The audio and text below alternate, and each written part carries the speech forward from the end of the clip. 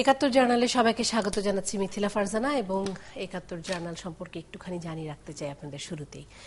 সারাদিনের খবরাখবর, আগামীকালকে সকালের খবরাখবর এবং যে খবরাখবর নিয়ে আপনারা ভাববেন বলে ভাবছেন সেই খবরগুলো নিয়ে আমরা একাত্তর জার্নালে কথা বলবার চেষ্টা করি। কিন্তু এটা মনে করবার কারণ নেই যে আজকে সারাদিন যে খবরগুলো ঘটে গেছে সেগুলো থাকবে না একাত্তর জার্নালে, সেগুলোও থাকবে। সেগুলোর আদ্যপান্ত জানবার চেষ্টা করব, সেগুলোর সাথে সম্পৃক্ত ব্যক্তিদের কথা শুনবার চেষ্টা করব, সেগুলো নিয়ে কি ভাবছে গণমাধ্যমের কর্মীরা সেগুলো জানবার চেষ্টা করব। আর তার সাথে সাথে অনলাইন নিউজ পোর্টাল, আগামীকালকে সকালের পত্রপত্রিকা সবকিছুই আমরা হাতে পেয়ে যাব আর আপনাদেরকে জানিয়ে দেব। একাত্তর জার্নালের টেবিলে যারা রয়েছেন তারা হলেন বাংলা ভিশনের বার্তা প্রধান মুস্তফা ফিরোজ এবং ঢাকা বিশ্ববিদ্যালয়ের অধ্যাপক এস এম শামীম রেজা। আপনাদের দুজনকে একাত্তর জার্নালে স্বাগত জানাচ্ছি। কালকে খেলা, মানে খেলার পরে আমরা বেশ বড় ধরনের একটা আলোচনা করি। কেন জিতলাম, হারলাম বলতেই চাই না, কেন জিতলাম সেটা নিয়ে আমরা বেশ বড় ধরনের আলাপ করি, কি করা উচিত ছিল, কিছু ভুল ত্রুটিও জানবার চেষ্টা করি। কিন্তু খেলার আগের দিনও জানতে চাচ্ছি, কেন জানতে চাচ্ছি সেটা একটু বলে রাখা দরকার দর্শকদেরকে। চট্টগ্রামে যারা চট্টগ্রামের দর্শক আছেন তারা নিশ্চয়ই জানেন তুমুল বৃষ্টি হচ্ছে এবং আগামীকাল দুপুর থেকে এই খেলা শুরু হবে। এটা একটা বড় ধরনের কৌশলগত সিদ্ধান্ত যে কিভাবে খেললে বা কোনটি বেছে নিলে আগামীকালকে কিছু সুবিধা পাওয়া যাবে কোনো দলের পক্ষ থেকে। আমাদের সহকর্মী দেব চৌধুরী আছেন চট্টগ্রামে, আশা করছি দেব চৌধুরীকে একটু পরে আমরা এখানে পেয়ে যাব এবং তখন নিশ্চয়ই শুনে নিতে পারবো যে দেব চৌধুরী কি কি বিষয়ে জানতে পেরেছেন। যদিও জানতে পারা দিয়ে খুব একটা খেলায় লাভ হবে কিনা মুস্তফা ফিরোজ বুঝতে পারছি না। না, সেটা হবে না। মানে এবারের আসলে যে খেলাগুলো এত বেশি প্রতিদ্বন্দ্বিতাপূর্ণ হয়ে গেছে যে বাংলাদেশের, আমরা কিন্তু খুব নিশ্চিত না যে আমরা জিতবই। সেই অবস্থাটা আমাদের তৈরি করে দেয়নি এই কারণে যে আমরা আফগানিস্তানের কাছে হেরেছি, ইংল্যান্ডের সঙ্গে প্রথম ম্যাচে হেরেছি এবং সবচেয়ে বড় সমালোচনা কিন্তু আমাদের অধিনায়করাই করছেন যে আমাদের ব্যাটিংয়ের ধারাবাহিকতা নাই, ইভেন আমাদের বোলিংয়ের ধারাবাহিকতাও নেই। অর্থাৎ ব্যাটের যেসব ব্যাটসম্যানদের কাছ থেকে আমরা রান পাবো বলে আশা করছি, দেখা যাচ্ছে যে তাদের কাছ থেকে আসছে না। অপ্রত্যাশিতভাবে হঠাৎ করে জ্বলে ওঠেন মাহমুদুল্লাহ।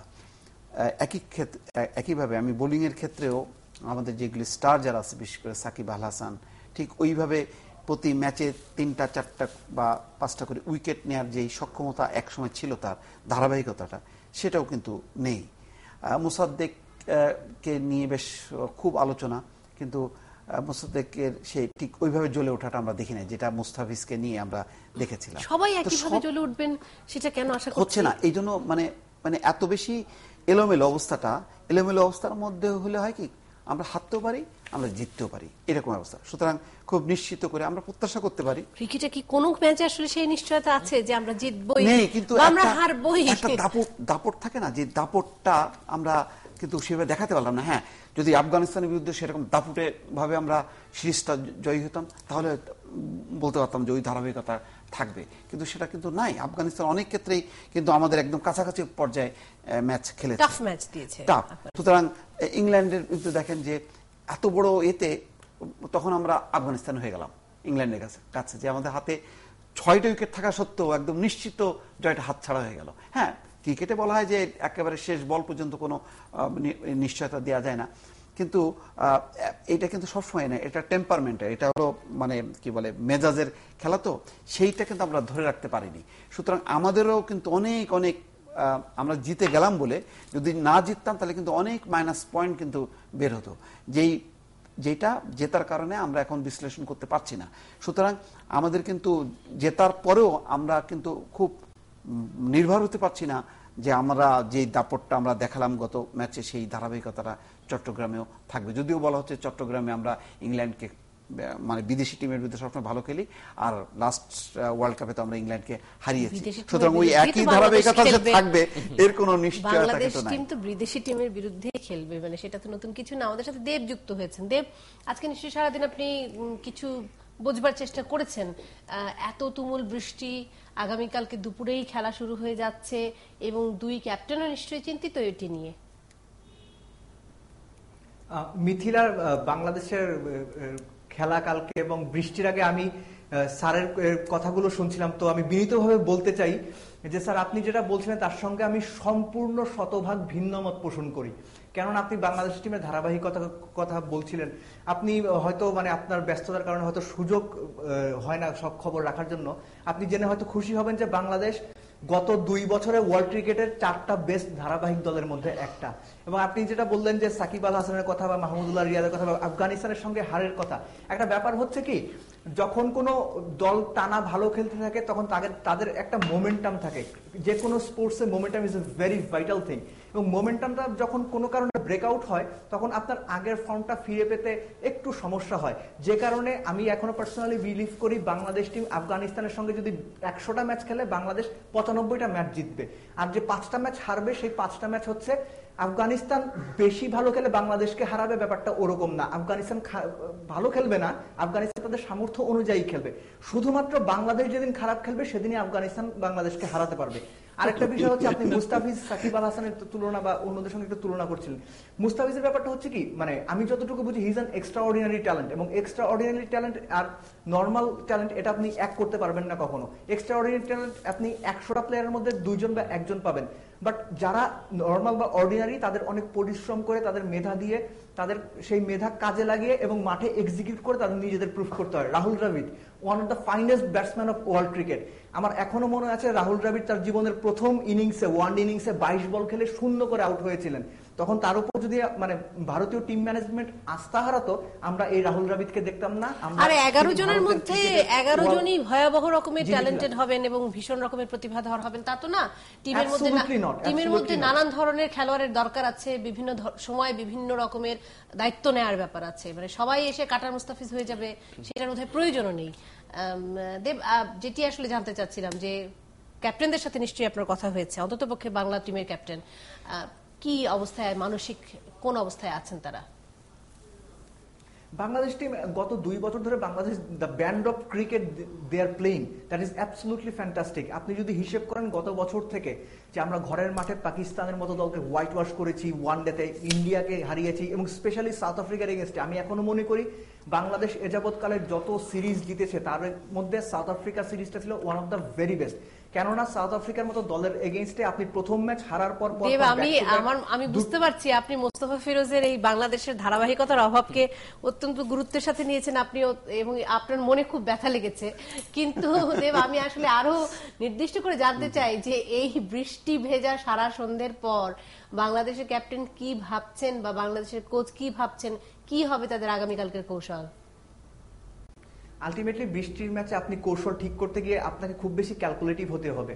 যেটা হচ্ছে মানে নর্মাল একটা বেসিক বিষয় হচ্ছে কি, যদি অনেক বেশি বৃষ্টি থাকে, যেমন গত প্রায় 48 ঘন্টা হয়ে গেছে চট্টগ্রাম জহুর আহমেদ চৌধুরী স্টেডিয়ামের উইকেট এক ফোঁটা আলোর মুখ দেখেনি। এর ফলে যেটা হয় যে উইকেটের চারপাশে যে মাটিগুলো থাকে সেখান থেকে অনেক সময় চুয়ে চুয়ে মানে পানিগুলো উইকেটের কাছাকাছি চলে যায়, যেটাকে আমরা আর্দ্রতা বা ময়েশ্চার বলি। উইকেটে অনেক সময় ময়েশ্চার থাকে এবং পিচটা রোল করা সম্ভব হচ্ছে না। ময়েশ্চার থাকলে মানে বেসিক্যালি যেটা হয় সেটা হচ্ছে যে পেস বোলাররা কিছুটা বেশি সুবিধা পান। সেই ক্ষেত্রে আপনার বেস্ট 11-এ কয়জন পেসার খেলবে, অপোনেন্টের ব্যাটিং স্ট্রেংথ কেমন, আপনি কয়জন স্পিনার খেলাবেন, এবং আরেকটা মানে সবচেয়ে ক্রুশাল পয়েন্টটা হচ্ছে বেস্ট 11 সেট করার পরে ম্যাচ সিচুয়েশনে কত ওভারের ম্যাচ হবে, সেটা কি কাটেল ওভারের ম্যাচ হবে? কাটেল ওভারের ম্যাচ হলে ম্যাচের মাঝখানে যদি আবার বৃষ্টি হয় সেই ক্ষেত্রে ব্রেকে গিয়ে আপনার রিশিডিউল করে আপনার গেম প্ল্যান সেট করতে হয়। This are very difficult things actually. তো মাশরাফি বিন মুর্তজা আজকে প্রেস কনফারেন্সে আমি তাকে প্রশ্নটা করেছিলাম এবং তিনি ঠিক এই উত্তরটা দিয়েছিলেন যে 11 জন সেট করাটা খুব বেশি প্রবলেম না, সমস্যা তো অবশ্যই, তবে খুব বেশি না। মূল সমস্যা হচ্ছে গেম সিচুয়েশনে কিভাবে আপনি এক্সিকিউট করবেন, এবং এক্সিকিউট করাটা শুধু মুখের কথা না, আপনি প্ল্যানটা এক্সিকিউট করতে পারবেন কিনা এটা নিয়ে সবসময় দ্বিধাদ্বন্দ্ব কাজ করে। সো ওই সিচুয়েশন গুলো খুব হার্ডলি ক্যাপ্টেনদের এবং কোচ বা ট্যাকটিশিয়ান যারা আছে, টিম ম্যানেজমেন্টের পার্ট যারা আছেন, তাদের খুব হার্ডলি হ্যান্ডেল করতে হয়। আরেকটা বিষয় হচ্ছে যে ওয়েদার চলছে, আজকে আমরা যখন সকালে মাঠে গিয়েছি তখন আনুমানিক 10টার আগেই হবে, 10:45 মতো হবে, তখন বৃষ্টি আসলে ছিল না। ইংল্যান্ড টিম মাঠে ফুটবল খেলেছে, ওয়ার্ম আপ করেছে, তারা মাঠের পাশে যে নেটগুলো ছিল সেখানে ব্যাটিং বোলিং প্র্যাকটিস করেছে। তো অ্যারাউন্ড 12টার দিকে বৃষ্টি শুরু হয়েছে, তখন ইংল্যান্ড টিম হচ্ছে আপনার ড্রেসিং রুমে চলে গেছে। তখন যে বৃষ্টিটা শুরু হয়েছে, এখন অলমোস্ট 12টা বাজে, আজকের দিন প্রায় শেষ হতে চলেছে, এখনো পর্যন্ত কিন্তু এক মুহূর্তের জন্য বৃষ্টি থামেনি চট্টগ্রামে। কখনো গুড়ি গুড়ি, কখনো একটু বৃষ্টি। একদম খুব তাহলে কি নির্ধারিত সময় খেলা শুরু হবে কিনা সেটাও একটা জানার বিষয় আছে। মানে কি এটা তো আসলে আকাশের উপর বৃষ্টির উপর ডিপেন্ড হ্যাঁ, কালকে যদি সকাল থেকে বৃষ্টি চলে যায় এবং রোদ দেখা দেয় আর খেলা যদি না হয় তাহলে কি হবে? নিশ্চয়ই সংকুচিত হয়ে যাবে ওভার্স, তাই তো? প্রথমে চেষ্টা করাবে সেটাই। খেলা আসলে আলটিমেটলি টিম ম্যানেজমেন্ট, দুই টিমের টিম ম্যানেজমেন্ট বা এখানকার যারা এলওসি আছে তারা ডেফিনেটলি চাইবেন যে মিনিমাম কাট অফ টাইম হচ্ছে অ্যাটলিস্ট 20-40 ওভারের খেলা দেওয়ার তারা চেষ্টা করবেন। সেটা যদি হয় মানে আলটিমেটলি ওটা হচ্ছে একদম লাস্ট পসিবল অপশন যে আমরা একটা 20 ওভার মানে 20-20 একটা ম্যাচ খেলবো। The one day cricket will turn out to T20 cricket actually. কিন্তু মানে সবচেয়ে বড় কথা হচ্ছে বৃষ্টিটা থামবে কিনা। কিছুক্ষণ আগে আমি দেখলাম যে 4টা সমুদ্র বন্দরে 3 নম্বর সতর্কতা সংকেত জারি করা হয়েছে। আর যদি কালকে না হয় খেলা তাহলে কি হবে দেব? দুই দল ট্রফি ভাগ করে শেয়ার করে নেবে, ড্র হয়ে যাবে, যেহেতু কোনো মানে রিজার্ভ ডে থাকছে না। খেলা আরেকদিন হওয়ার কোনো সুযোগ নেই আর কি, না যেহেতু কোনো রিজার্ভ ডে নাই Reserve day সেক্ষেত্রে নেই, খেলা হওয়ার সেটাই। কোনো সম্ভাবনাও নাই।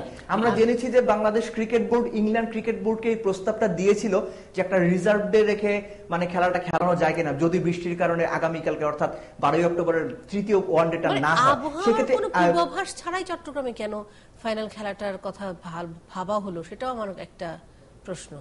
আসলে এগুলো যখন আপনার দুই দেশের বাইল্যাটারাল কোনো সিরিজ হয় সেগুলো তো এফটিপির বাইরে, এগুলো অনেক আগেই আপনার শিডিউল করা থাকে কোন মাঠে কোন তারিখে কোন ম্যাচটা হবে। তো আলটিমেটলি বাংলাদেশে যখন কোনো বাইল্যাটারাল সিরিজ হয় ইভেন্চুয়ালি সেখানে চট্টগ্রামের জন্য একটা টেস্ট আর একটা ওয়ানডে ম্যাক্সিমাম সময় বরাদ্দ থাকে, এটা সবসময় হয়ে আসছে। তো ওই হিসেবেই এটা শিডিউল করা হয়েছিল। এখন শিডিউল যখন করা হয়েছিল ডেফিনেটলি কেউই জানতো না যে এই সময় বৃষ্টির একটা হানা থাকবে। তবে দেবকে একটু আমি বলতে চাই যে আমি একটি প্রশ্ন করে আপনার কাছে আসি, কারণ আমি বুঝতে পারছি আপনি কি বিষয়ে কথাটা বলতে চান। দেব, আমি আরেকটা খুব সুনির্দিষ্ট ব্যাপার জানতে চাই, সেটি হলো যে যদি আমরা ধরে নেই যে কালকে সকাল থেকে আলোর মুখ দেখা গেল, রোদ দেখা গেল, সঠিক সময়ের খেলা শুরু হলো, 50 ওভারের খেলা হলো, তাহলে কি মনে হয় বাংলাদেশ টিম জিতেও গেল টসে, বাংলাদেশ টিম জিতে গেলে কি নেবে? চেসিং না fielding? Toss is very important. আজকে প্রেস কনফারেন্সে মাশরাফি বিন মুর্তজা এই কথাটা খুব ভালোভাবে বলেছেন যে toss will B a very good thing for win.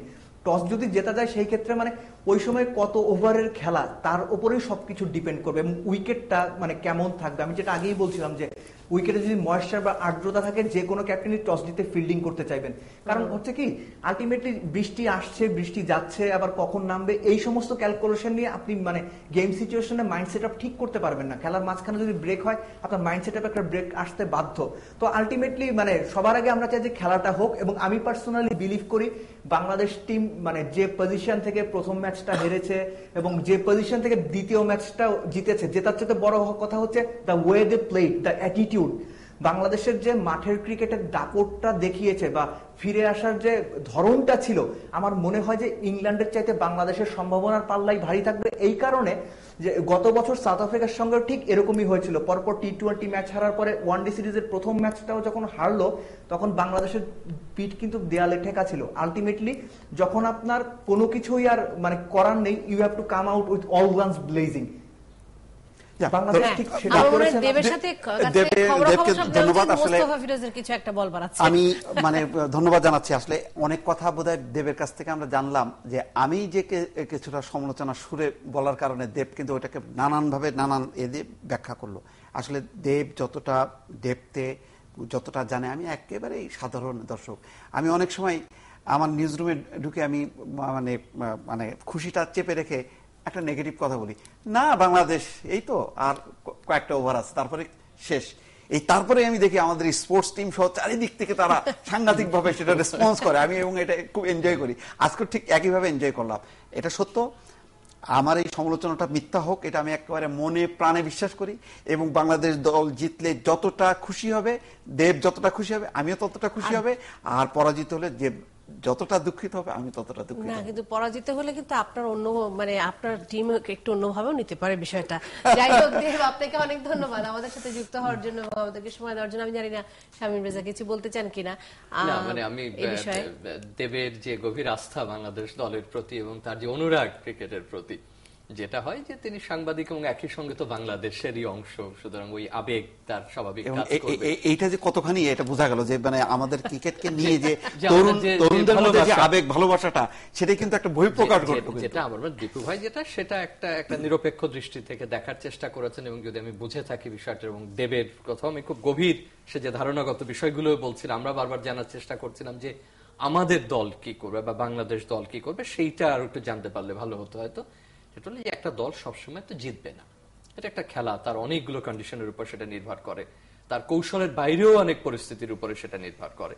তো উনি যেটা সম্ভবত বলছেন যে একটা এবং সব নির্ভরতার বাইরেও একটি দল জিতবে, একটি দল হারবে। এবং যেটা উনি বলছিলেন যে সেটা হচ্ছে যেমন অস্ট্রেলিয়া এক সময় যে অবস্থায় চলে গেছে, যে অদম্য, সে আসছে তাকে দেখলেই যে টিম অস্ট্রেলিয়া মনে হচ্ছে যে একটা সাংঘাতিক পাথরের দেওয়ালের মতো, যে কোনো পরিস্থিতিতেই সে ওর মধ্যে থেকে বেরিয়ে আসবে, তাকে একবার সরানো যাবে না।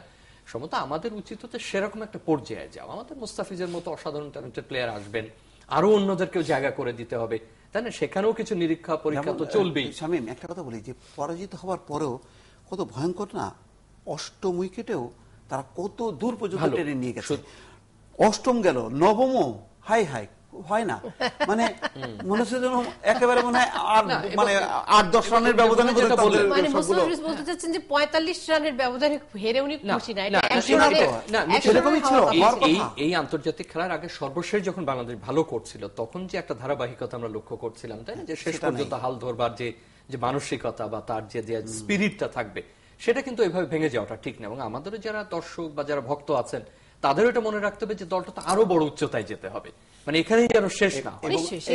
ক্রিকেট কন্ট্রোল বোর্ডের যে সভাপতি উনি কিন্তু মন্তব্য করেছে যে আফগানিস্তানের বিপক্ষে হেরে যাওয়াটা এটা কোনো ভালো লক্ষণ না, মন্তব্য কিন্তু করেছেন। সুতরাং আমার নিজের দলকে আমি সমালোচনা করব ভালোবাসার দৃষ্টিতে, যাতে সে আরো বেশি ভালো করে। কালকে যদি বৃষ্টি ওই অবস্থা থাকে নিশ্চয়ই আমি সবসময় আমি বাহবা দিলে সমালোচনা ছাড়া সেটা অনেক খুশিতে কিন্তু আবার তাল হারা হয়ে যায়। আমাদের সমস্যা হলো যে আমাদের যে খেলোয়াড়রা বেশি প্রশংসিত হয় খুব দ্রুত তাদের আবার পতন হয়, সেই ঘটনাও আমরা অতীতে দেখেছি।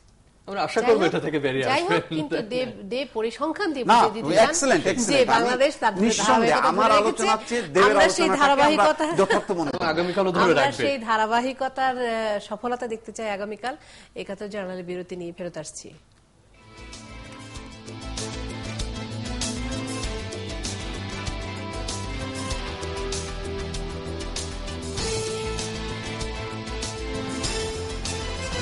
প্রতিমা বিসর্জনে শেষ হলো শারদীয় দুর্গোৎসব। বিজয়া দশমীর সিঁদুর উৎসবে প্রাণের রং।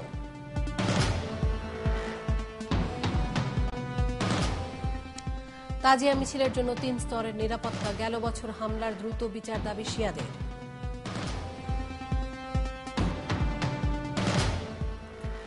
জঙ্গি দমন অভিযানের সফলতার পর সোয়াতের সদস্য দ্বিগুণ করার চিন্তা ভাবনা করছে পুলিশ।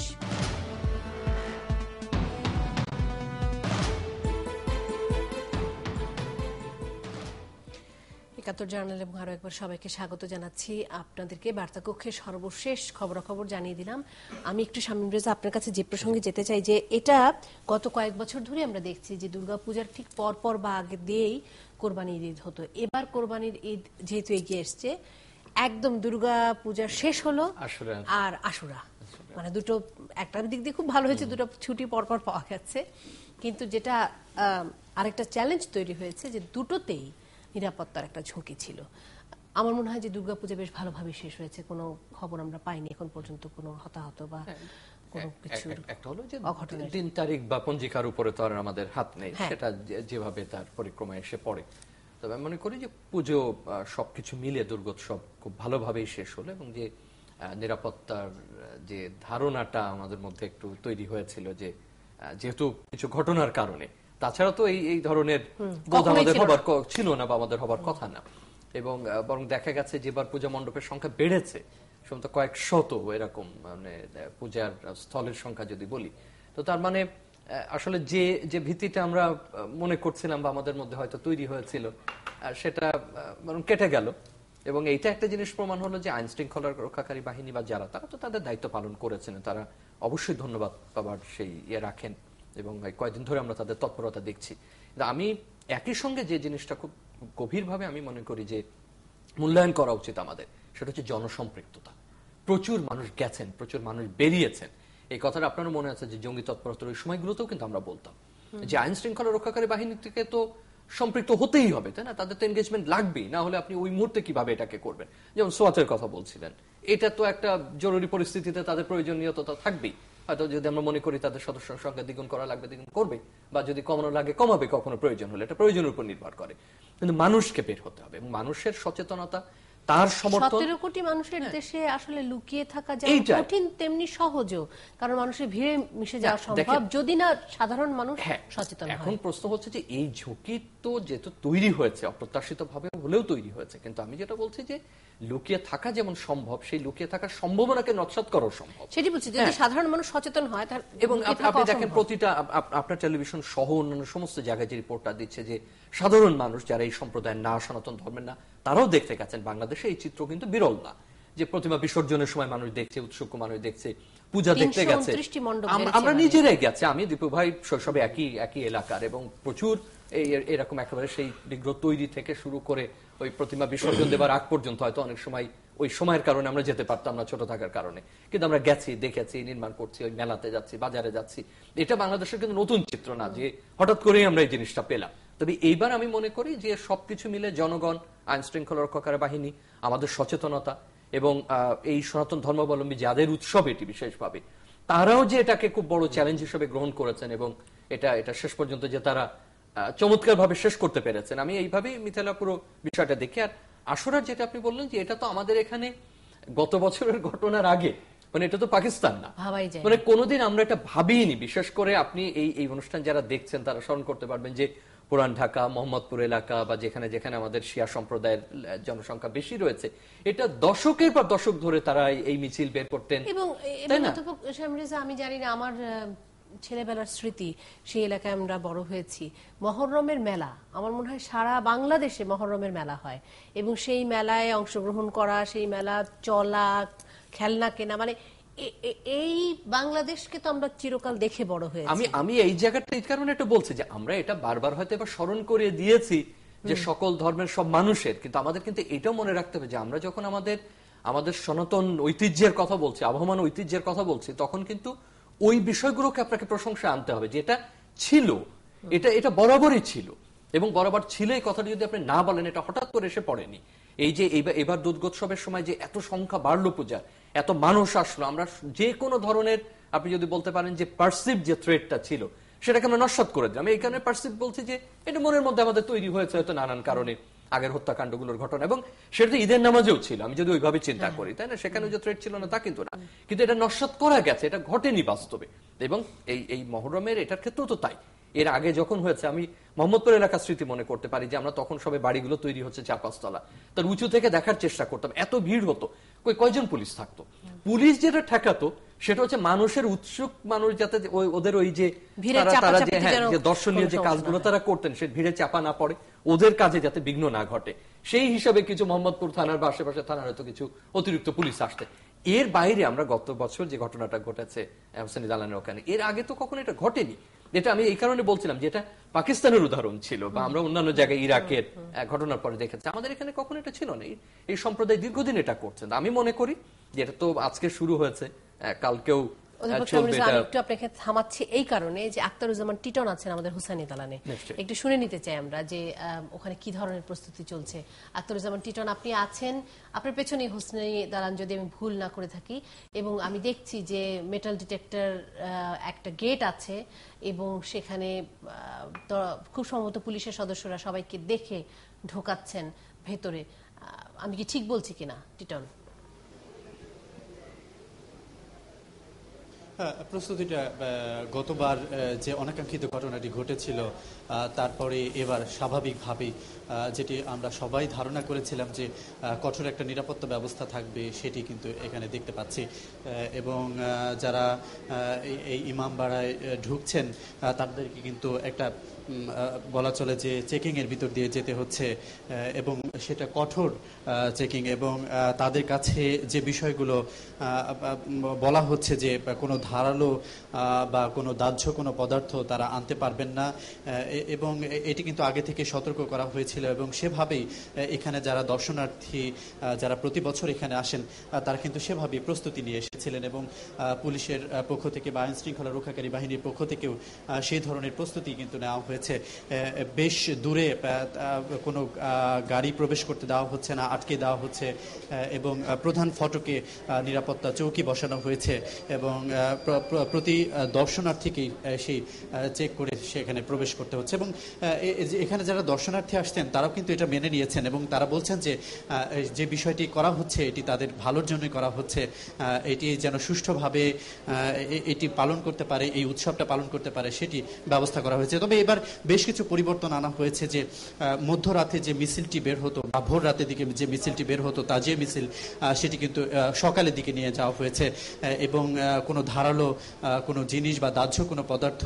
একটি বিষয় আমি একটু জানতে চাই, সেটি হচ্ছে যে আমরা গতবার দেখেছি ইমামবাড়ার পেছন থেকে এই অন্ধকার থেকে এই বোমার ছাড়া হয়েছিল বা বিস্ফোরণ করা হয়েছিল বা ছুড়ে ফেলা হয়েছিল। যেটি আমি জানতে চাই সেটি হলো যখন মিছিলটি শুরু হয় তখন তো আসলে চারদিক থেকে লোকজন এসে উপস্থিত হয় এবং কবরস্থানের দিক থেকে, তো গতবার আমরা দেখেছি ইমামবাড়ার কবরস্থানের দিক থেকে যে বোমাটি ছুড়েছিল সে বোমাটি ছুড়ে আবার পালিয়ে যায়। তার মানে ধরে নেওয়া হচ্ছে যে ওই দিক থেকেই মূলত হামলাটি হয়। আমার প্রশ্নটি হচ্ছে এটি কি নিয়ন্ত্রণ করা সম্ভব বলে আপনি মনে করছেন কিনা, বা পুলিশের সদস্যরা কি বলছেন, আইন শৃঙ্খলা রক্ষাকারী বাহিনীর সদস্যরা কি বলছেন? যখন চারদিক থেকে লোকজন আসবে, যখন পেছন থেকে লোক আসবে, তখন এটা কিভাবে তারা নিয়ন্ত্রণ করবেন? মিথিলা, এখানে এসে যেটুকু দেখছি সেটুকু হচ্ছে যে গত বছরের কি ভুলগুলো ছিল সেই ভুলগুলোর কিন্তু ধরে ধরে আসলে দেখা হয়েছে এবং সেভাবে প্রস্তুতিটা নেওয়া হয়েছে। গতবার যে দিক থেকে বোমা হামলাটি করা হয়েছিল সেদিকেও আমরা যেমন আলোকসজ্জা দেখেছি, প্রচুর আলো, অর্থাৎ একেবারে লাইটিং করে রাখা হয়েছে একেবারে দিনের আলোর মতো, যেন কোনো ধরনের নজরদারির মধ্যে আসবে। মিথিলা, একটু কথা বলে রাখি যে বাইরে প্রচন্ড বৃষ্টি হচ্ছে, আসলে টেকনিক্যাল কারণে আমরা একটু বাইরে আপনাকে দেখাতে পাচ্ছি না। বৃষ্টি হচ্ছে, বাইরে প্রচন্ড বৃষ্টি হচ্ছে, আমরা একটু আসলে টেকনিক্যাল কারণে দেখাতে পাচ্ছি না। তবে আপনি যেটি বলছিলেন সেখানে প্রচুর আলোর ব্যবস্থা করা হয়েছে। যেদিক জি মিথিলা, প্রচুর আলোর ব্যবস্থা করা হয়েছে এবং সতর্ক অবস্থায় আছে। এখানকার স্বেচ্ছাসেবক বাহিনীও সংখ্যা বাড়ানো হয়েছে কমিটির পক্ষ থেকে। ইমামবাড়া যে কমিটি রয়েছে সেই কমিটির পক্ষ থেকে স্বেচ্ছাসেবক সংখ্যা বাড়ানো হয়েছে এবং পাশাপাশি আইন শৃঙ্খলা রক্ষাকারী বাহিনী যেমন সশস্ত্র অবস্থায় রয়েছে, সাদা পোশাকধারীও আইন শৃঙ্খলা রক্ষাকারী বাহিনীর সদস্যরা মোতায়েন রয়েছে বিভিন্ন পয়েন্টে। টিটন, আমি যতদূর বুঝতে পারছি আপনি যা দেখাচ্ছেন আমাদেরকে তা থেকে বুঝতে পারছি বিভিন্ন জায়গায় ফ্লাড লাইটও বসানো হয়েছে, যদি আমি ভুল না করে থাকি। তাই মনে হচ্ছে যে আলোর পরিমাণ বিভিন্ন জায়গায় কিন্তু সিসি ক্যামেরা এবং আলোর ব্যবস্থা করা হয়েছে। আলোগুলো কি ফ্লাড লাইটের মতো? কেন্দ্রীয়ভাবে যে সিসি ক্যামেরাটি রয়েছে সেই আলোগুলো ফ্লাড লাইট তো আছে এবং টিউব লাইটেরও ব্যবস্থা করা হয়েছে এখানে। কখন এই মিছিলটি বেরোবে টিটন? সেটি কিন্তু ভোরবেলা থেকে যে প্রস্তুতিটা প্রতি বছর গ্রহণ করা হয়ে থাকে সেটি সময়সূচি পরিবর্তন করা হয়েছে এবং সেটি সকালের দিকে নিয়ে যাওয়া হয়েছে এবং দর্শনার্থীরাও যারা এখানে আসবেন তারাও সেই বিষয়টি সম্পর্কে সচেতন আছেন এবং তারাও এখানে কিন্তু বেশ সহযোগিতা করছেন, যে আইন শৃঙ্খলা রক্ষাকারী বাহিনী স্বেচ্ছাসেবক বাহিনীদেরকে সহযোগিতা করছেন। আমার মনে হয় টিটনের সাথে আমরা যা জানাচ্ছি এবং বৃষ্টিও হচ্ছে, বেশ বৃষ্টি হচ্ছে। টিটন, অনেক ধন্যবাদ আপনাকে। আমরা মনে হয় পুরো চিত্রটি পেয়েছি। আশা করছি যে নির্বিঘ্নেই এই 10ই মুহররমের এই আনুষ্ঠানিকতা সম্পন্ন হবে। মোস্তফা ফিরোজ, কিছু যোগ করবার আছে কিনা এই বিষয়ে? না, আসলে আমি যেটা শামীম রেজা বলছিল আর কি, আসলে আমাদের এখন যেটা দীর্ঘদিনের একটা দৃঢ় ঐতিহ্য দাঁড়িয়েছিল যে আমাদের সবগুলো ধর্মীয় উৎসব একটা সার্বজনীন উৎসবে পরিণত হয়েছিল। এই সাম্প্রতিক সময় এসেই এর তার ছেদ ঘটে, যে বহুকাল যাবত এই যে মুহররমের মিছিল কোন সম্প্রদায়ের কোন এইগুলি শিয়া এগুলির মতের এগুলি কোনো আলোচনা ছিল না, কিন্তু সাম্প্রতিক এখন এই আলোচনাগুলি উস্কে দিয়েছে। এর মূল কারণ হলো যে আমাদের বাংলাদেশে যখন জঙ্গিবাদ, ইসলাম ধর্ম নিয়ে রাজনীতি, এই প্রবণতাগুলো যখন যত বেড়েছে সাথে সাথে এই বিভাজনগুলো তৈরি হয়েছে। সুতরাং আজকে আমরা যে বিষময় পরিস্থিতি, এই যে জঙ্গিবাদ, তারপরে এই যে তাজিয়া মিছিলে হামলা, বিভিন্ন জায়গায় যে ঘটনা প্রবাহগুলো হচ্ছে সেইগুলো হচ্ছে দীর্ঘদিনের যে অপরাজনীতি, ধর্ম নিয়ে যে রাজনীতি, তার একটা বিষময় ফল এবং তার সাথে যুক্ত হয়েছে আন্তর্জাতিক পরিস্থিতি। সব মিলিয়ে মনে করেন যে বাংলাদেশকে তো আমরা তো আন্তর্জাতিক অবস্থা থেকে বিচ্ছিন্ন করতে পারবো না, তো সেই পরিস্থিতিটাও দায়ী। আবার একই সঙ্গে তার সাথে সাথে আমাদের হচ্ছে আভ্যন্তরীণভাবে আমাদের রাজনীতি, আমাদের এই যে উৎসবগুলো সবগুলো যে একটা সার্বজনীন রূপ পেয়েছিল, সেইগুলো যখনই নাকি মানে ভাঙা শুরু হলো, যখনই নাকি সেগুলোকে নিয়ে যখন নাকি নানান রকম সমালোচনা সামনে নিয়ে আসা হলো এবং তার পেছনে কোথাও কোথাও যখন নাকি রাজনৈতিক সমর্থনও শুরু হয়ে গেল, তখনই কিন্তু আজকে আমরা এই পরিস্থিতির মধ্যে পড়লাম। তো সুতরাং আমার মনে হয় যে এখন আবার যেটি আবার এই অবস্থা থেকে আমরা উত্তরণ ঘটা শুরু হয়েছে, যে এই যে পূজা মণ্ডপের সংখ্যা বাড়া, তারপরে এই যে সতর্কতা সত্ত্বেও দুঃখিত আমি মাঝখানে হয়তো কথা বলছি, একটা বিষয় বোধহয় আমরা স্বীকার করবই, সেটা হলো এই সমস্ত কিছুর পরও, যেটা শামীম রেজা বলছিলেন, যে এই সমস্ত কিছুর পরও সবচেয়ে গুরুত্বপূর্ণ হলো মানুষ যদি সেটাতে সাড়া না দিত, মানুষ যদি এই ভয়টাকে জয় না করত, তাহলে তো কিন্তু এই কোনো প্রস্তুতি সফল হতো না। মানুষই তো ঘুরে দাঁড়িয়েছিল বলেই তো সেই পরিস্থিতিটা আইন শৃঙ্খলা বাহিনীর পক্ষে, সরকারের পক্ষে সহজ হয়েছে, তাহলে তো কোনোভাবেই মানে সম্ভব হতো না। তো সুতরাং এটার সমস্ত কৃতিত্ব আসলে জনগণের, যে জনগণ উগ্রতা, জঙ্গিবাদ এগুলোকে সমর্থন করেনি। ভিন্ন প্রসঙ্গে যেতে চাই, বিরতির সময় হয়েছে। ভিন্ন প্রসঙ্গে যেতে চাওয়ার আগে দর্শকদেরকে জানিয়ে রাখি, জেমসন মাহবুবের একটা ধারাবাহিক রিপোর্টের সিরিজ চলছে আমাদের এই টেলিভিশন ৭১-এ। সেটি হলো বাংলাদেশ সরকারের যে ১০ টাকা কেজি দরে হতদরিদ্রদের মধ্যে চাল বিতরণের কর্মসূচি, সেটি নিয়ে আমরা গতকালকেও মাননীয় খাদ্যমন্ত্রীর সাথে যুক্ত হয়েছিলাম সেই বিষয়গুলো, কিছু বিষয় জানতে, এবং আশা করছি যে এই রিপোর্টটি দেখে এটি নিয়েও আমরা আরেকটু আলোচনা করতে পারবো। চেষ্টা করব আমাদের সাথে এর সাথে সংশ্লিষ্ট বিশেষ করে আওয়ামী লীগের দলীয় নেতৃবৃন্দ যারা আছে তাদের সাথে একটু কথা বলবার। আপনারা থাকুন আমাদের সাথে।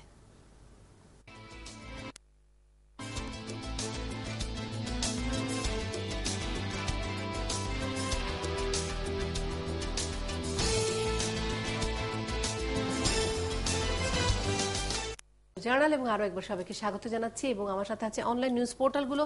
কিছু দেখা যাচ্ছে না যদিও, আমি একটু আসছে banglaBDnews.24.com, একটু দেরি হচ্ছে। বাংলা সমকাল পাচ্ছি না, ডেইলি জনকণ্ঠ, পদ পেয়েও নিষ্ক্রিয় বিএনপি নেতৃত্বের হাল, ক্ষুব্ধ হাইকমান্ড। এটি বিএনপির কাউন্সিল হওয়ার সঙ্গে সঙ্গে আসলে আমরা দেখেছি বেশ কয়েকজন সঙ্গে সঙ্গে পদত্যাগ করেছেন। চট্টগ্রামের পদ নিয়ে বেশ স্থায়ী কমিটির সদস্য হওয়া না হওয়া নিয়ে বেশ বড় ধরনের সমস্যা আছে, এবং সেই মানে ক্ষোভ এখনো দেখা যাচ্ছে। আজ পবিত্র আশুরা, অপ্রীতিকর ঘটনা রোধে কড়া নিরাপত্তা, আলোচনা করলাম আমরা এটি নিয়ে। বাংলাদেশ ইংল্যান্ড সিরিজ ফয়সালা আজ নিশ্চয়ই, আগামীকালকে আশা করি খেলাটা হবে এবং ঠিকঠাক মতন হবে। ঠাকুরগাঁও অগ্নিদগ্ধ একই পরিবারের ৫ জনের মৃত্যু, অত্যন্ত হৃদয় বিদারক একটি ঘটনা, কারণ খুব সম্ভবত বৈদ্যুতিক তার ছেড়ে পড়ে সেই বাড়িতে আগুন লেগে গেছে। যোগাযোগ ব্যবস্থা ও বিদ্যুৎ জ্বালানি খাত প্রাধান্য পাবে। বাংলা ট্রিবিউন আছে, তাজিয়া মিছিলে গ্রেনেড হামলায় অভিযুক্ত ১০ জেএমবি, ক্রস ফায়ারে নিহত ৩, অর্থাৎ ১০ জনের মধ্যে ৩ জন ক্রস ফায়ারের মধ্যে নিহত হয়ে গেছে, আরো ৭ জন আছে। এক বাংলাদেশি নাগরিক কিভাবে জঙ্গি হলো জানতে চায় মার্কিন কংগ্রেস। সন্দেহভাজন বাংলাদেশি জঙ্গির তথ্য জানতে অভ্যন্তরীণ তৎপরতা শুরু করেছে মার্কিন প্রশাসন। ইংলিশ বধে টাইগারদের প্রতিপক্ষ বৃষ্টিও, জঙ্গিরা দেশের শত্রু, লাশ আমি নেব না, সাইফুলের বাবা। গাজীপুরের পাতারটেক এলাকায় পুলিশের অভিযানে নিহত জঙ্গি সাইফুল ইসলামের বাবা মতিউর রহমান ময়না শাহ এই কথা বলেছেন। কাশ্মীরের সরকারি ভবন জঙ্গি মুক্ত করতে ডোর টু ডোর অপারেশন। কাশ্মীরের একটি সরকারি ভবন যেখানে সকল সরকারি কর্মকর্তারা থাকছেন, সেই সরকারি ভবনে জঙ্গিরা হামলা করেছে এবং সেটিকে ঘিরে রেখেছে, যতদূর আমরা ঘিরে রেখেছে বা দখল করে রেখেছে। আমি একটু দেখতেও পারি ইচ্ছা করলে, কারণ আমরা এটি নিয়ে আলোচনা করছি না যেহেতু। ডোর টু ডোর অপারেশন এবং সেইটিকে মুক্ত করতে ডোর টু ডোর অপারেশনের প্রস্তুতি নিচ্ছে ভারতের নিরাপত্তা বাহিনী। ভারতীয় সংবাদ মাধ্যম হিন্দু খবরটি নিশ্চিত করেছে। তারা জানিয়েছে সেখানে এখনো নিরাপত্তা বাহিনীর সঙ্গে জঙ্গিদের বন্দুকযুদ্ধ চলছে, কারণ জঙ্গিরা আসলে এটিকে মানে কবজা করে রেখেছে, দখল নিয়ে রেখেছে। এদিকে ইন্ডিয়ান এক্সপ্রেসের খবরে এই ঘটনা এ পর্যন্ত 2 নিরাপত্তা রক্ষী ও 1 পুলিশ সদস্যের আহত হওয়ার কথা জানানো হয়েছে। কাশ্মীর প্রশ্নে ভারত পাকিস্তান উত্তেজনা যখন চূড়ান্ত, তখন ধারাবাহিক জঙ্গি হামলার এই পর্যায়ে দ্বিতীয়বারের মতো পাম্পোরের সরকারি ভবন আক্রান্ত হলো। নিজেদের দখলে নিয়ে নিরাপত্তা বাহিনীর 5 সদস্য এবং 1 বেসামরিক মানুষকে হত্যা করেছিল জঙ্গিরা ফেব্রুয়ারিতে, এবং আবার গতকাল সোমবার আবারও দখল নেয় জঙ্গিরা। নজর এড়াতে প্রথমে বহুদল ভবনটিতে আগুন ধরিয়ে দেয়। ভারতীয় সংবাদ মাধ্যমগুলো জানায় সোমবার সকাল 6:30 নাগাদ ভূস্বর্গের পাম্পোরের সেই সরকারি প্রতিষ্ঠান উদ্যোক্তা উন্নয়ন সংস্থা হামলায় চালায় বন্দুকধারীরা। মোটামুটি সেটি জঙ্গিদের দখলে রয়েছে এবং এখন এই জঙ্গিদেরকে নিবৃত্ত করতে ডোর টু ডোর অপারেশন চালানোর কথা ভাবছে আইনশৃঙ্খলা বাহিনী। আহসান আমিমুলের খোঁজ ছিল না। গাজীপুর টাঙ্গাইলে অভিযানে নিহত। গাজীপুর ও টাঙ্গাইলে অভিযানে নিহত আরো দুজনের পরিচয় মিলেছে। এদের একজন হলেন আহসান হাবিব, আর তার বাড়ি নওগাঁ রানীনগরে। অন্যজন হলেন আমিবুল এহসান, তার বাড়ি জয়পুরহাটের কালাই উপজেলায়। এবং তারা একজন 2 বছর ধরে এবং আরেকজন 1 বছর ধরে খুব সম্ভবত নিখোঁজ রয়েছে। অফিস কক্ষে কর্মকর্তার হাত পা বাঁধা লাশ রাজধানীর ভাসানটেক এলাকার একটি ভবনের অফিস কক্ষ থেকে বেসরকারি প্রতিষ্ঠানের কর্মকর্তা আলী হোসেন মালিকের হাত পা বাঁধা মরদেহ উদ্ধার করেছে পুলিশ। খাদিজার অবস্থার উন্নতি হচ্ছে, আশা করছি খাদিজা আবার ফিরে আসবে। কিন্তু তার সঙ্গে সঙ্গে আমি আসলে একটু চিন্তিত আছেন এখানে শামীম রেজা মোস্তফা ফিরোজ। আমরা না বদরুলের কি অবস্থা সেটি কিন্তু খুব একটা গণমাধ্যম ফলো করছে না।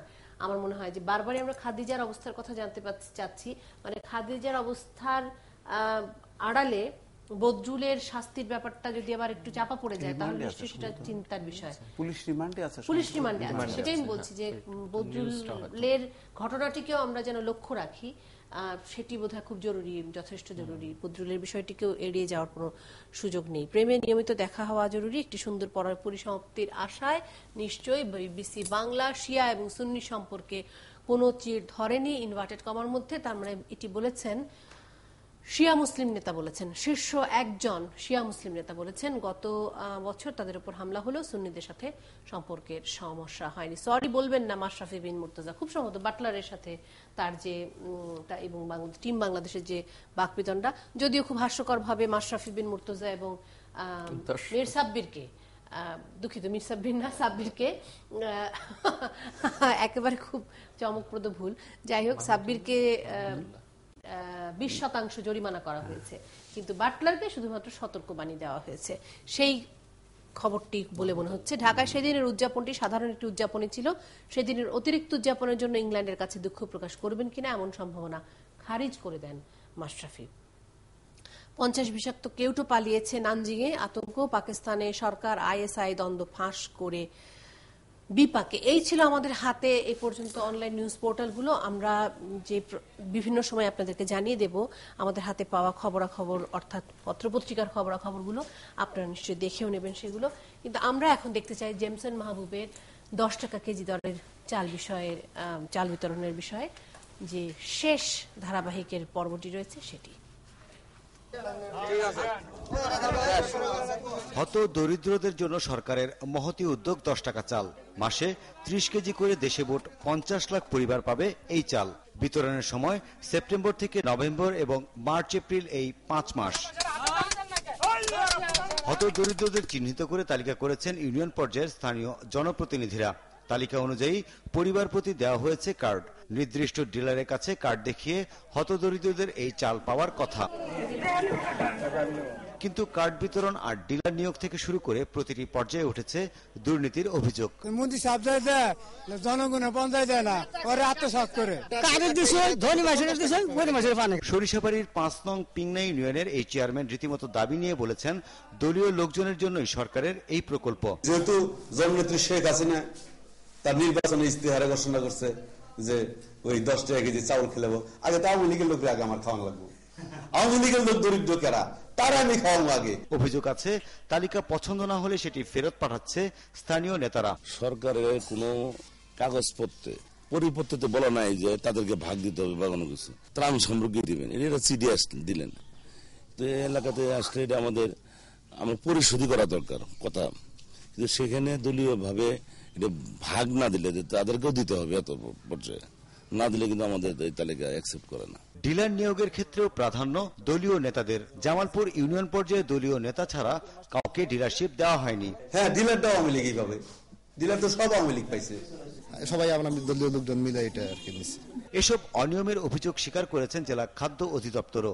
ডিলারের বিরুদ্ধে অভিযোগ পেলে লাইসেন্স বাতিলের প্রতিশ্রুতি দিলেন এই কর্মকর্তা। যে করাপশনগুলি হচ্ছে এটি তো আপনার খুব কি বলে এটা খুব ডিপলি কারেকশন, এটা তো ধরা খুব কঠিন। আচ্ছা, এটা আমাদের কাছে এরকম কোনো অভিযোগ আসে নাই, তবে সুনির্দিষ্ট অভিযোগ আসলে আমরা তদন্ত করে দেখবো এটা কি। ব্যবস্থা নেওয়ার আশ্বাস দিলেন জেলা প্রশাসকও। এখানে একটা সংশয় তৈরি হয়েছিল যে খাদ্য গোদাম থেকে ডেলিভারি দেখানো হয়েছে, ডেলিভারি নেওয়া হয়নি, হয়তো বলা হবে যে এটা বিতরণ করা হয়েছে। ইতিমধ্যে দু একটি জায়গায় ছোটখাটো অভিযোগ আমার কাছে এসেছে, আমি সেই অভিযোগগুলো অ্যাড্রেস করেছি। জামালপুরের বিভিন্ন ইউনিয়নের হত দরিদ্ররা বলছেন কর্তৃপক্ষ চাইলে প্রকৃত দরিদ্ররাই পাবে 10 টাকার চাল। মাহবুব, ৭১। দর্শক, আমাদের সাথে যুক্ত আছেন বাংলাদেশ আওয়ামী লীগের যুগ্ম সাধারণ সম্পাদক মাহবুবুল আলম হানিফ। আশা করছি তিনি ফোনে আমার সাথে যুক্ত আছেন। জনাব মাহবুবুল আলম হানিফ, আপনাকে স্বাগত জানাচ্ছি ৭১ জার্নালের পক্ষ থেকে। ধন্যবাদ। জি জনাব হানিফ, আপনি আশা করছি যে আমাদের যে প্রতিবেদনটি জেমসন মাহবুব আমাদের সহকর্মী, তার প্রতিবেদনটি হয়তো দেখেছেন, যেটি বারবার প্রসঙ্গক্রমে এসছে যে ডিলার তো অবশ্যই আওয়ামী লীগের হবে এবং যারা হতদরিদ্র তাদের মধ্যে আগে আওয়ামী লীগের দরিদ্রদেরকে চাল দিতে হবে, আগে তো আমি চাল আওয়ামী লীগের দরিদ্রদেরকেই খাওয়াবো। মানে যদিও আমাদেরকে মাননীয় খাদ্যমন্ত্রী কালকে বলেছেন যে সব ধরনের অনিয়মের বিরুদ্ধে সরকার অত্যন্ত কঠোর অবস্থান নিচ্ছে, কিন্তু সরকার না, দল আসলে এখানে কি অবস্থান নিচ্ছে, দলের হাইকমান্ড কি ভাবছে, আপনারা কি ভাবছেন, এবং এরকম ধরনের কোন নির্দেশনা কি দলের কাছ থেকে গিয়েছে যে আগে এটা দলীয়ভাবে সমাধান করতে হবে, দলের হতদরিদ্র পাবে, দলের যারা ডিলারশিপ চায় তারা আগে পাবে, তারপর অন্য কোনো সিদ্ধান্ত হবে? মিথিলা, এই সংবাদটির আগের কোনো পর্ব আমার দেখার সুযোগ হয় নাই, আজকে আমি প্রথম দেখলাম এটা। যাই হোক, যেটুকু দেখেছি, দেখে যেটা আমার মনে হয়েছে, মাঠ পর্যায়ে বা যে সমস্ত চেয়ারম্যান এখানে তার বক্তব্য দিলেন, তাদের কাছে একটা ভুল ধারণা আছে। আমাদের মাননীয় প্রধানমন্ত্রী নন্দিত নেত্রী জননেত্রী শেখ হাসিনা, উনি এই দেশের সাধারণ গরিব মানুষদেরকে যাতে তারা খাদ্যাভাবে কোনো কষ্ট না পায়, সেই কারণে তাদেরকে 10 টাকা কেজি চাল ওখানে দেওয়ার ব্যবস্থা করেছেন। যারা একটু অসহায়, দরিদ্র বা দুস্থ, তাদের জন্য এই ব্যবস্থা করা হয়েছে। আমরা সবসময় বলে এসেছি, একেবারে দরিদ্র বা দুস্থ মানুষের তাদের কোনো দল নেই, তারা এই দেশের মানুষ হিসাবে প্রত্যেকের সম অধিকার পাবেন। আমি আমার এলাকায়, আপনি যদি খোঁজে দেখবেন যে আমার এলাকায় ওখানে যে দুস্থ বা ভিজিএফ কার্ডের জন্য বয়স্ক ভাতা, বৃদ্ধ ভাতা, এইগুলোকে আমরা একটা ইউনিয়নের সব তালিকা করে সেখানে লটের মাধ্যমে দেওয়ার ব্যবস্থা করেছি। এবং এই তালিকাটা করার সময় এখানে কোনো দল মত দেখা হয় নাই। যারা প্রকৃতি দরিদ্র, প্রকৃতি দুস্থ, যারা প্রকৃত বিধবা, যে এই ক্যাটাগরি পাওয়ার জন্য যারা যোগ্য, তাদের তালিকা করে তাদের ভিত্তিতে লটারি করে দেওয়া হয়েছে, যাতে প্রত্যেকেই পেতে পারে। এবং আমাদের মাননীয় প্রধানমন্ত্রী এটাই চান, সমাজের অসহায় মানুষগুলোকে পাশে দাঁড়ানোর জন্য এই উদ্যোগ নিয়েছেন। যে চেয়ারম্যানরা এই ধরনের চিন্তা ভাবনা করেছেন, এটা আসলে তাদের জ্ঞানের অভাব, তাদের বোঝার অভাব।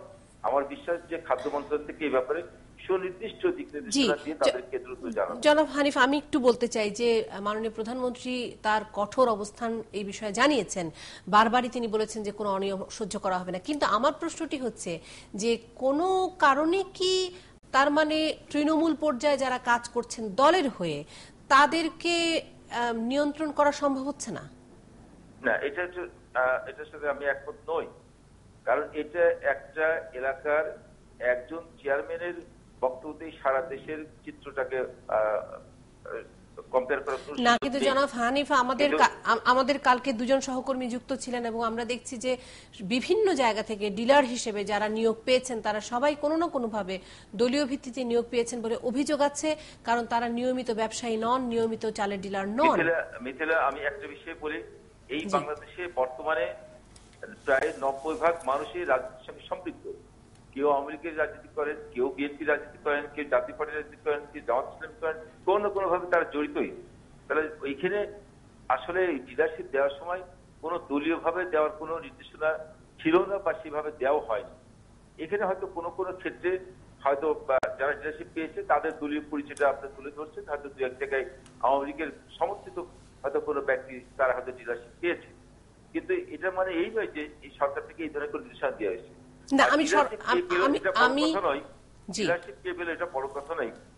আমাদের মূল জায়গাটা হচ্ছে যে উদ্দেশ্যে যাদেরকে উদ্দেশ্য করে এই চাল দেওয়ার ব্যবস্থা করেছে 10 টাকায়, সেই চালটা যথাযথভাবে সেইটাকে পড়ছে কিনা সেইটা দেখার বিষয়। এখানে যদি কোনো অনিয়ম হয়ে থাকে তার বিরুদ্ধে আমাদের ব্যবস্থা নেওয়ার বিষয়।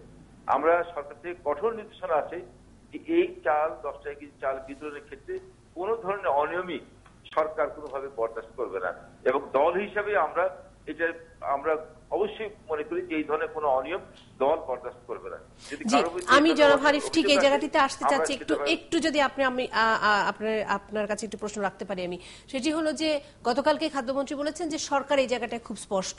আমার প্রশ্নটি হচ্ছে যে যারা এই তৃণমূল পর্যায়ে কাজ করছে, এক্ষেত্রে অনেকেই বলছেন যে আওয়ামী লীগের পরিচয়ে অনেকে পরিচয় দিচ্ছেন, সেক্ষেত্রে এত বড় একটি দলকে কিভাবে আলাদা করে চিহ্নিত করা যাবে সেটিও একটি প্রশ্ন, যে আদৌ আওয়ামী লীগ করতেন কিনা, নাকি নব্য আওয়ামী লীগের পরিচয় দিয়ে কোনো সুবিধা পাওয়ার চেষ্টা করছেন, সেই সম্ভাবনাও একেবারে নাকচ করে দেওয়া যাচ্ছে না। কিন্তু জনাব হানিফ, আমার প্রশ্নটি হচ্ছে যে এই বার্তা কি আপনারা পৌঁছে দেওয়ার চেষ্টা করছেন কিনা, যে তালিকা তৈরির ক্ষেত্রে যাদের তালিকা তাদের ক্ষেত্রে কোনো প্রভাব বিস্তার করা যাবে না, যারা তালিকা দেবে সেই তালিকা নির্ভর করবে একেবারেই এলাকার ইউপি চেয়ারম্যান বা এলাকায় যারা প্রশাসন আছেন তাদের উপর।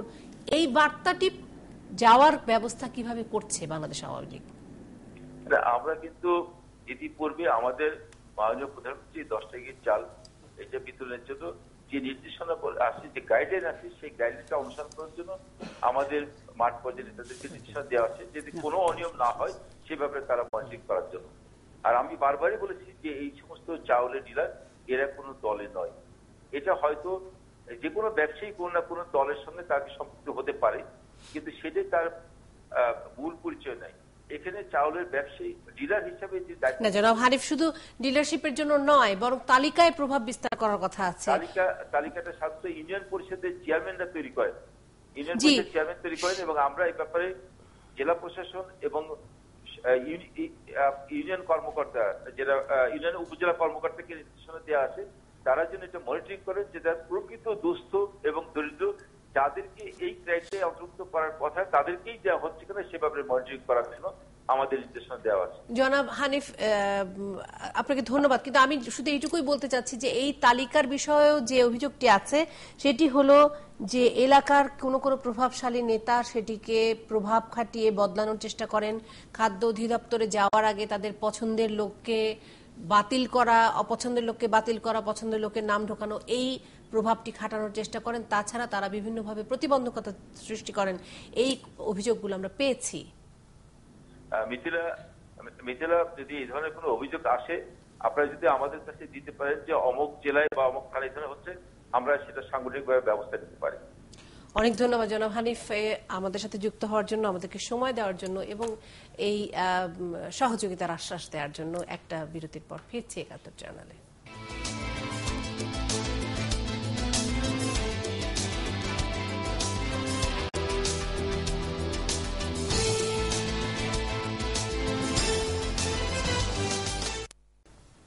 একাত্তর জার্নাল এবং আরো একবার সবাইকে স্বাগত জানাচ্ছি। যে বিষয়টি নিয়ে একটু আগে আলাপ করছিলাম, কি বুঝলেন মুসাফির? না, এটা আমার কাছে খুব লাগেনি, তবে স্বাভাবিকভাবেই একটা ভালো একটা অনুসন্ধানী রিপোর্ট এবং প্রকৃত চিত্রই আপনার ৭১-এর প্রতিবেদক তুলে এনেছে। এখান থেকে মানে শিক্ষণীয় বিষয় হলো যে একটা হালচিত্র বোঝা গেল যে প্রধানমন্ত্রীর নির্দেশনা ছিল, কিন্তু নির্দেশনা থাকা সত্ত্বেও সেইটা ইমপ্লিমেন্টেশনে যে স্থানীয় পর্যায়ে, তৃণমূল পর্যায়ে প্রশাসন এবং রাজনৈতিক কর্তৃত্ব এটা ফেল করেছে, সেই উপরের যে গাইডলাইনটা সেটা। একটু ইন্টারাপ্ট করেন, আর একটু দুইটা লাইন বলার পরেই এখান থেকে এখন আসলে এর মধ্যে দিয়ে কিন্তু আসলে প্রকৃত অবস্থাটাই বোঝা যাচ্ছে যে আসলে স্থানীয় পর্যায়ে আসলে রাজনীতি, প্রশাসন সব একাট্টা হয়ে একটা দুর্নীতির মহোৎসবে মেতে উঠেছে, যার জন্য গরিব মানুষের চাল বিতরণটা এইটাকে কিন্তু একটা রাজনৈতিক কর্মসূচি হিসেবে নিয়ে দল কিন্তু জনপ্রিয় হয়ে ওঠে নানান রকম কার্যক্রমের মধ্যে। এই জায়গাটা একটু ইন্টারাপ্ট আমাকে করতেই হচ্ছে, কারণ যে প্রসঙ্গটি আমি বলতে চাচ্ছি, ডক্টর হাসান তালুকদার গতকালকে আমাদের অতিথি ছিলেন, তিনি বলছিলেন যে বাংলাদেশে এখন অর্থনৈতিক যে অবস্থা তৈরি হয়েছে তাতে করে আসলে বাংলাদেশের মানুষের খুব বেশি খাদ্য সংকট নেই। সেক্ষেত্রে এত বড় একটি খাদ্য বিষয়ক কর্মসূচি, যে কর্মসূচি সমূহ সম্ভাবনা আছে যে যদি কোনো কারণে বিফলে যায় তাহলে আসলে সরকারের দুর্নাম হওয়ার, মানে এটি আসলে সরকার এই মুহূর্তে হাতে নিল কেন সেটি নিয়ে তিনি প্রশ্ন তুলছিলেন। কারণ তিনি বলছিলেন যে এটার আসলে যতখানি যৌক্তিকতা এখন আছে তার চেয়ে বেশি অর্থনৈতিক স্টেবিলিটি বা অর্থনৈতিক স্থিতাবস্থা বাংলাদেশের আছে। সেক্ষেত্রে মানে যদি কোনোভাবে এত বড় একটা কর্মসূচি বিফলে যায় তাহলে তো সেটা সরকারের জন্য বুমেরাংই হয়ে যাবে, এরকম একটি প্রসঙ্গ ঠিক আছে। কিন্তু সেই অবস্থাটা মানে উপরে হাইকমান্ড সেটা হয়তো অ্যাসেস করতে ফেল করেছে যে তাদের এটা তো একটা শুধু চাল বিতরণ গরিব মানুষের খাওয়া না, এটা একই সঙ্গে এর সাথে রাজনীতি আছে। সেটা রাজনীতি কি? গরিব মানুষের রাজনীতি, গরিব মানুষকে বাঁচানোর রাজনীতি। এবং গরিব মানুষের বাঁচানোর রাজনীতি করে তারা একটা গণসংগঠন করে। আওয়ামী লীগ এর মতন দল একটা তৃণমূল পর্যায়ে তার একটা গণসংগঠন আছে। সুতরাং এইটা সরকারের এই কর্মসূচিটাকে সফল করার মধ্যে দিয়ে তৃণমূল পর্যায়ে আওয়ামী লীগ বা তৃণমূল পর্যায়ে জনপ্রিয় হওয়ার একটা বড় একটা সুযোগ ছিল, সেটা কিন্তু ফেল করেছে এই কারণে যে আপনি সাম্প্রতিক সময় দেখেন যে দলের যে নিচে তৃণমূল পর্যায়ে সেই কমান্ডটা যে রক্ষা করবে তার আগের আলামত কিছুদিন আগে যে আমরা ইউনিয়ন পরিষদ নির্বাচনকে ঘিরে কি দেখলাম, তারা সেই কমান্ড কিন্তু রক্ষা করেনি, বরং এক একটা জায়গায় একাধিক বিদ্রোহী প্রার্থী অর্থাৎ দলের নির্দেশনা সত্ত্বেও সেই একক প্রার্থী দিতে ফেল করেছে। সুতরাং তৃণমূল পর্যায়ে আসলে গোটা দেশেরই এখন রাজনৈতিক পরিস্থিতি এর মধ্যে দিয়ে প্রমাণ হয় যে আসলে ভয়াবহ কোনো রাজনৈতিক কমান্ড নেই, যে মানুষকে উদ্বুদ্ধ করার জন্য যে সরকারের কোনো কর্মসূচিকে নিয়ে যে তাদেরকে কাছে দলকে আরো জনপ্রিয় করা, সেই অবস্থার মধ্যে নাই। তাই কি কোনো নীতি আদর্শ বিসর্জন একেবারে তৃণমূল পর্যায়ে বলতে গেলে একদম শেষই হয়ে গেছে। মানে আপনি কি এতটাই হতাশ বোধ করছেন? কারণ মাত্র শুরু হলো কর্মসূচিটি। আমার মনে হয় এটির যে প্রতিক্রিয়া সেটি নিয়ে যে ভাবছে, এবং বিশেষ করে আমরা সরকার এবং দুই পক্ষ থেকে যেই প্রতিক্রিয়াটি পেয়েছি, সাড়াটি পেয়েছি যে গণমাধ্যম আমাদেরকে সাহায্য করুক, আমরা এই বিষয়ে ব্যবস্থা নিতে চাই, সেই মনোভাবটির কথাই বলতে চাই। তার আগে একটু আমি গতকালের আলোচনাটা পুরো শুনিনি, কিন্তু এখানে একটা দুটো কথা একটু বলা প্রয়োজন। যে দেশে খাদ্য সংকট নাই এটার অর্থ কিন্তু এই নয় যে সবার কাছে খাদ্য পৌঁছায়, কারণ এখনো আমাদের দারিদ্র্যের যে পরিমাণ সেটা বহুল অংশে কমে গেছে, কিন্তু এখনো কিন্তু আছে। শতাংশ নিয়ে হয়তো আমাদের মধ্যে দ্বিমত থাকতে পারে যে কি পরিমাণ, এবং একটা খাদ্যর মজুদ থাকার পরেও একটা বিশেষ পকেট থাকতে পারে যেখানে তাদের কাছে খাদ্য হয়তো পৌঁছাচ্ছে না। এরকম কর্মসূচি দরকার আছে। আমি এইটাই জাস্টিফাই করছি যে একদম ওইভাবে অর্থনৈতিক গাণিতিক পরিমাপে বলা যাবে না যে আমাদের মজুদ আছে বা খাদ্য যথেষ্ট আছে দেখেই হতদরিদ্ররা ওই মুহূর্তে প্রবেশাধিকার পাচ্ছেন খাদ্যে বা খাদ্য কিনতে পারছেন, এটা এক। আর দ্বিতীয় হলো সরকারের একটা প্রতিশ্রুতি ছিল যে এই ধরনের একটা, যদি কর্মসূচি যদি আসলে চাহিদা নাই থাকতো তাহলে এত লোক আসলেন কোথা থেকে? এখন যে জায়গাটা সম্ভবত দীপক ভাই, যে জায়গাটা বা আমরা সবাই বোঝার চেষ্টা করছি যে এটা বড় একটা ব্যবস্থাপনার ব্যাপার। আমাদের ঐতিহাসিক অভিজ্ঞতার খাদ্য জাতীয় কোনো কিছু দিয়ে তার বন্টনটা ভালো না, এটা নিয়ে দশকের পর দশক কথা চলে বা এটা নিয়ে সমালোচনা রয়েছে। এরকম একটা সময় যেখানে অনেক স্বচ্ছতা তৈরির প্রক্রিয়া এখন রয়েছে, গণমাধ্যম রয়েছে, প্রশাসনের ব্যাপ্তি বেড়েছে, রাজনৈতিক দলগুলোর এক ধরনের মনিটরিং এর অনেক বেশি সুযোগ রয়েছে, তো এত বড় একটা আয়োজন, এটা কিন্তু বিরাট আয়োজন। সেটা যদি এই বিষয়গুলোর নিশ্চয়তা বিধানের ক্ষেত্রে কোথাও সামান্য মনে হয় যে কনফিউশন রয়েছে, তাহলে আমরা কয়েকটা ফেজে এটা করতে পারতাম বা প্রক্রিয়াগত পরিবর্তন করতে পারতাম, কিন্তু ব্যবস্থাপনাগত বিষয়গুলো আমরা আরেকবার টেস্ট করে তারপর নামাতে পারতাম।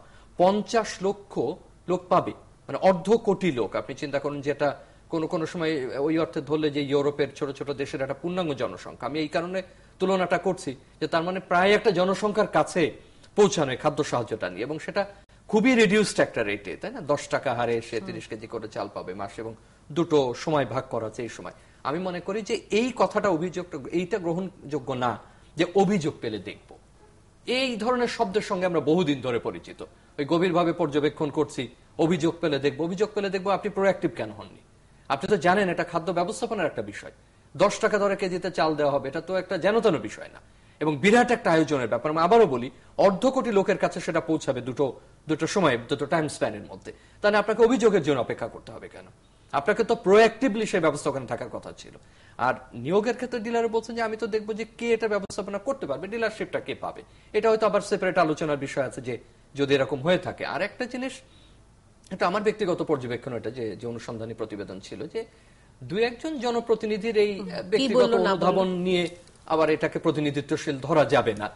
যে তারপর তার মানে কিন্তু আবার এও না যে গ্রাউন্ড রিয়ালিটিতে সেটা ঘটছে না, কারণ যতগুলো আমরা অভিযোগ কিন্তু প্রথম দিন থেকে আসছে। আমি দুটো বক্তব্যের প্রতি একটু আপনাদের ইয়ে করে আমি শেষ করছি প্রসঙ্গটা, যে একটা প্রধানমন্ত্রী কিন্তু এটা প্রসঙ্গে যখন অভিযোগ ওঠে তখন বলেছিলেন যে কঠোর হবার তিনি কথা বলছিলেন, যে যদি অভিযোগ এরকম উঠে থাকে সেটা খুব কঠোরভাবে সেটা দেখা হবে। তার আগে একেবারে অন্য প্রসঙ্গে মানে দলের সাধারণ সম্পাদক একটা কথা বলেছেন যে প্রধানমন্ত্রী সবার, যে উনি এই দলের বা ওই দলের না। আমি ওই রেটরিকটা এখানে প্রয়োগ করছি, যে যাদের এই খাদ্যটা দেওয়া হচ্ছে তারা সবার, তারা নিঃসন্দেহে ওই নিম্ন আয়ের এবং দে দ্য ডিজার্ভিং পিপল, যে যারা এটা দরকার, তাদের এই খাদ্য সহযোগিতাটা দরকার।